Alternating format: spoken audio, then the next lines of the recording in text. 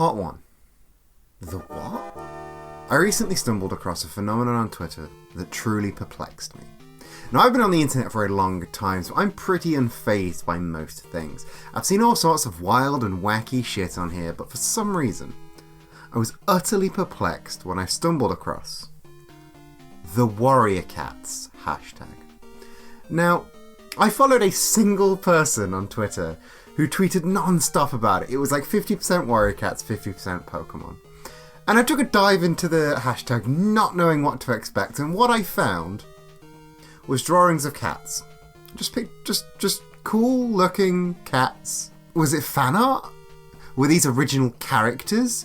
Were they like self-inserts in a TV show I'd never heard of? Or like, none of it seemed to make sense. None of it referenced a source material of any kind. My only other exposure to Warrior Cats was a bit from My Brother and Me, where a Yahoo Answers user asked for some good Warrior Cats names. Bramble Song, Bramble Prick, Briar Song, Thornwing, Fallen Snake, Snakebite.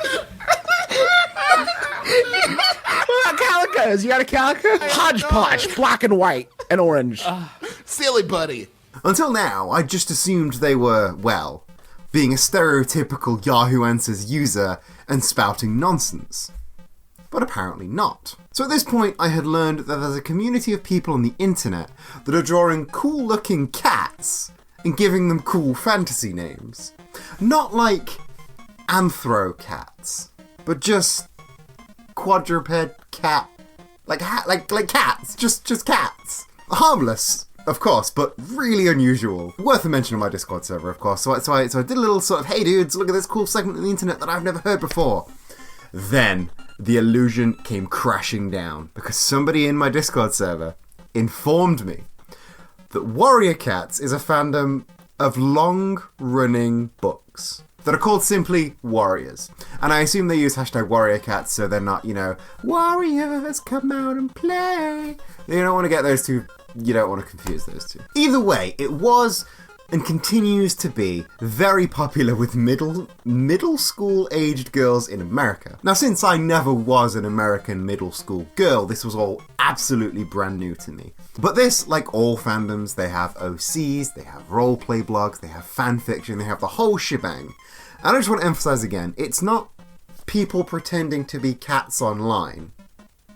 It's people pretending to be cats online. I don't know why, but that to me is the unusual bit. The fact that they're just regular old animals, like they don't have human hands, like they don't have like thumbs. They're just cats, But apparently, there are 7 series of books, each containing 6 books, and a whole bunch of standalone novels and a manga, because of course there's a manga. And this totals like 5.5 million words. That is half a Harry Potter series, and I'd never heard of it. Well, I'm about to change that. This is kind of a retrospective, except I'm looking at it for the first time, so it's not really a retrospective, it's not really looking back, I guess.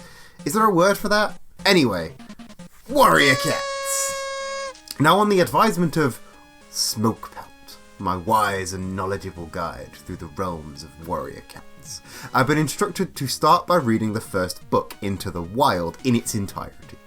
Which, in hindsight, makes a lot of sense. I shouldn't have needed a guide to tell me to read the first book. Anyway, Wikipedia tells me that this is 272 pages long. It doesn't sound like a lot, but it's only 7 hours of audiobook. Okay, I'll get right on that. Part 2. The book.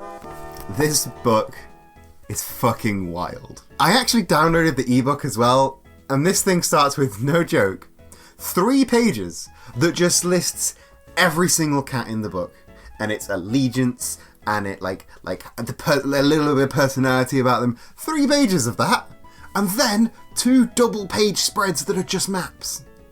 That's like 7 pages before we even get into the book. Lists and maps, and basically an almanac of the Warrior Cats franchise that you don't know about yet. It's quite the starting hook, right? Then, and only then, does it dive in to the prologue. So not even proper story yet, just a prologue. And it's violent. It is Ew, cats are very violent creatures. I mean, according to the scholarly genius Dr. Oatmeal, 1 in 3 cats kill an average of twice a week, and half the time that is purely for entertainment. And to be honest, I think the good doctor is underplaying those numbers a little, since this study only counted like small prey kills.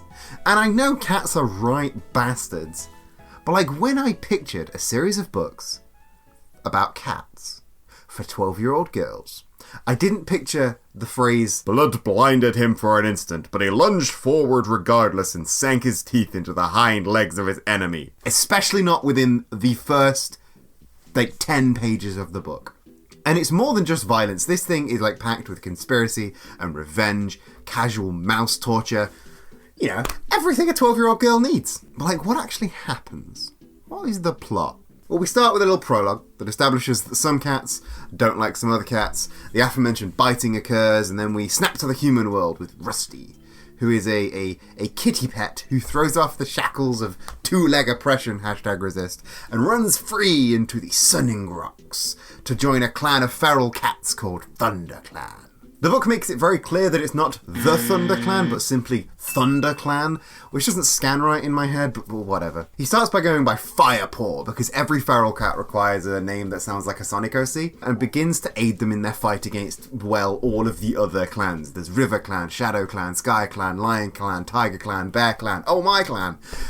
There's lots of clans. And if you're ever overfaced by these words, boy oh boy, you better strap the fuck in, because there is a whole lexicon of warrior words that the book really tends to overuse. And my favourite is she-cat, because you can't just refer to a cat as a cat if it's a lady cat. Like, that cat has titties, you gotta go, that there, boom, lady cat, she-cat, her cat. Can't just call her a cat. Anyway, Firepaw does that thing where he's initially disrespected by the others of the clan because he's an outsider and he's from the two-leg world. Oh yeah, two-leg means human, by the way. Because they've got 2 legs and no other animal clearly has 2 legs. Birds, pff, what are those? Humans are clearly featherless, but... Oh, the internet's done that one already. Fuck it. There's this big moment where Rusty loses his jingly collar, and it's this big whole shedding his past thing.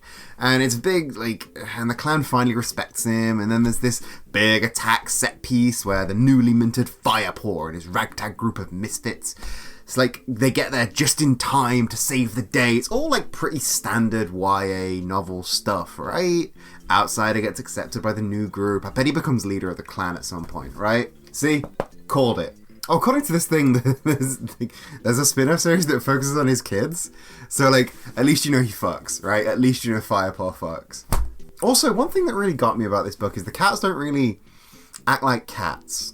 Never once do the cats, get distracted by a beam of sunlight and have to go lie down in it, or push something off a ledge, or even do that thing where they fall off something and then try and style it out like they were doing it on purpose. But more importantly, cats sleep for 17 hours a day. They do not have time for all of this political intrigue and battling. Without all their naps, how do the cats have enough energy for their main snooze? All in all, the book isn't fantastic, but it's not groundbreaking. It's a tropey YA novel, but with paws and claws, which only makes the fan base all the more fascinating, at least if you ask me. Part 3. The Escape. Why this book would appeal to preteens is really no big surprise if you think about it. It's the age-old story of a character who feels out of place, getting accepted by their peers, and becoming a mainstay of their group. We've seen this story time and time again. It's no big surprise why it appeals to children. When you're a child, not fitting in is devastating. You spend 2/3 of your life in school, surrounded by the same group of kids. And if all those kids love football and you don't, that hits hard. This is compounded by the fact that intelligence and reading are not encouraged on the playground, especially the lower income areas like the one where I grew up in. And a kid who doesn't fit in on the playground will usually find solace in the library. It's quiet, it's peaceful, and there are hundreds, maybe thousands of escapes from the situation that you're in. It's where I escaped to. The bullies weren't in the library, just the books and the Yu-Gi-Oh cards. Might as well read them while we're there. And if I flipped open a book and found it to be about a vulnerable character who didn't fit in where they initially were and didn't quite know who they were yet, well, I instantly empathise with them. Even if they're a fucking cat. Still can't. Still a little bit dumb. But these books were consumed at a pivotal time in the reader's life, so it's no big surprise that they stick in your mind. These are not only the books that got you through numerous lunchtimes, they're the books that you were reading when you were figuring out who you were. But lots of young adult novels have these tropes and plot lines and these same sticking features, but so what made Warriors stick? I spoke to some fans of the books and they said that they remained fans from when they were kids until now, and they're about my age, so that's like a 10-year fandom. What made people stay? I was, again, a little confused until one of the fans I interviewed mentioned Pokemon. And then it all clicked. I am a massive fan of Pokemon, as any who look through my video history will know. And why have I stayed with the franchise for this long? Why do I have huge discussions with other people who are even older than I am about this game for kids? Simply put, the world is a hellscape right now. Sometimes I need an escape from the politics and climate change and the ever-dwindling number that dictates what I can eat. So what better way to escape than talking about cute little creatures, cute, magical little creatures that remind me of a simpler time. When I was a kid and my washing was magically done for me.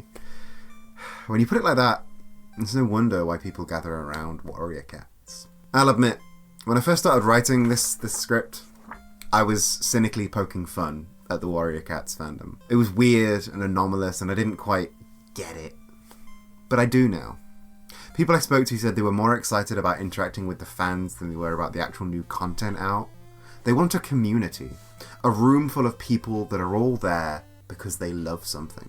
Don't we all? It's nice to be able to unabashedly love something and see others loving that thing, regardless of what that thing is. And to see others express their love of the same thing through art and writing and this really high quality animation that even got one of the writers of the books involved. It really is something. It's a light in the ever-creeping darkness. And I think we'd learn a thing or two from the Warrior Cats fans. Somewhere along the way, nerd culture has changed from unabashed enthusiasm to ugly elitism and gatekeeping, and it doesn't need to be that. We all need to throw off the jangly collar of responsibility and run away from the two legs of life every now and then. We need an escape. Let's escape together. It's better that way. Thanks.